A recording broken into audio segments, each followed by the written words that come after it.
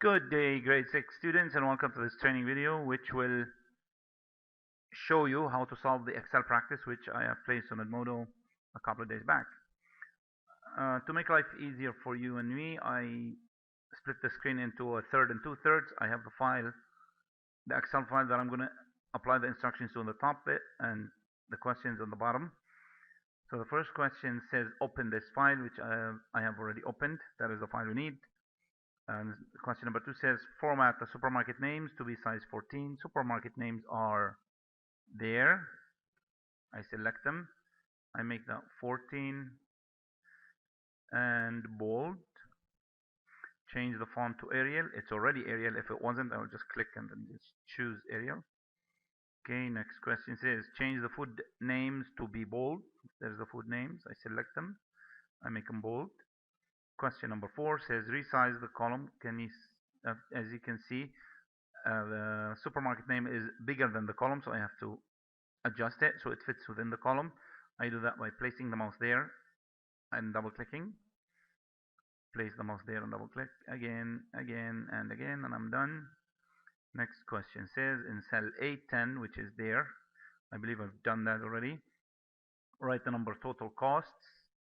There's total costs. And make the text bold. That's bold. If we were ever told to make it right aligned, left aligned, or center, we would have to use these. There's right aligned. Maybe I'll just keep that as it was. Now in cell B10 to E10, which is there, I need to write the correct formula to add up the costs, and this happens by choosing.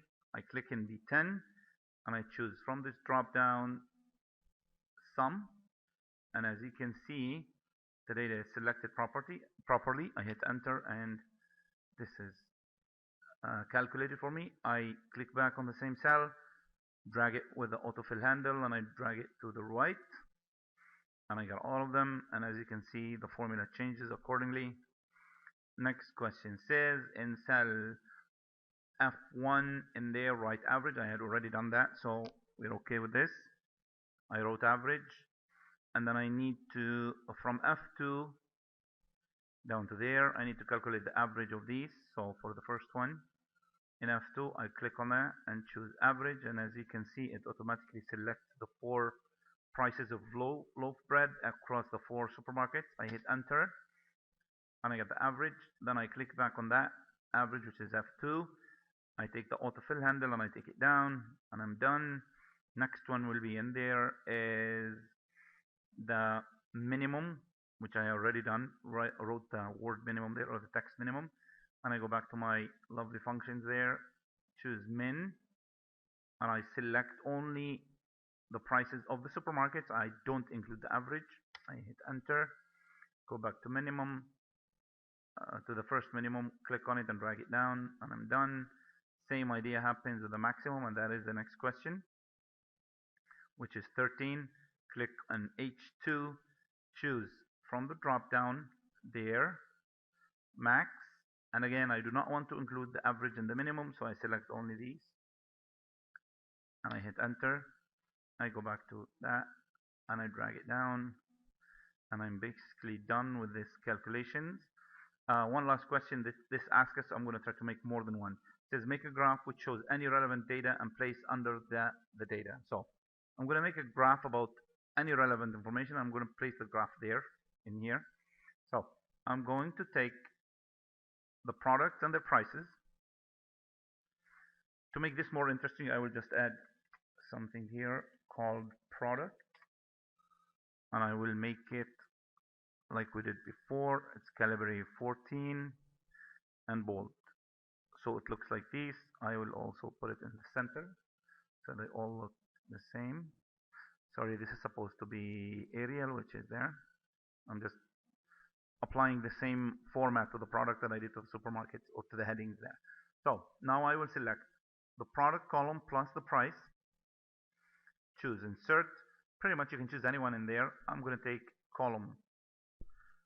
As you can see, as you do this, it automatically gives you that this is Sainsbury's, these are the products, and these are the prices. So this is one graph.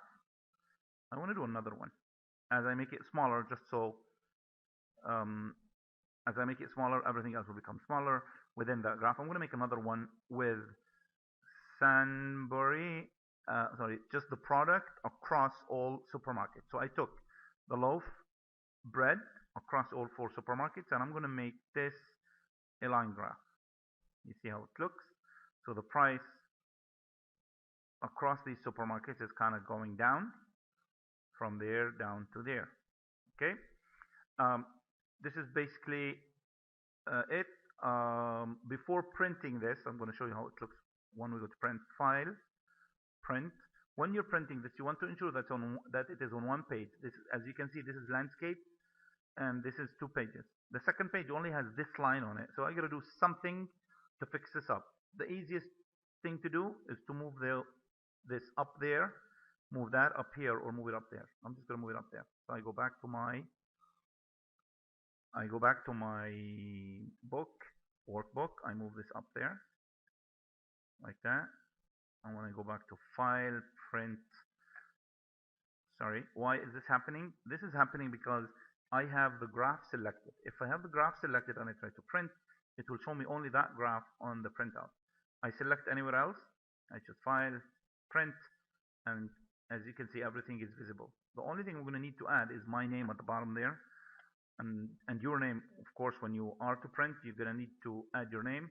You can do this in more than one way, as we said before. You can click here, write your name in any cell, date, and form, or you can choose view, page layout, and at the very bottom of it, to the right or the left or wherever you want, you will have a footer. You will write your name. I'm going to write mine.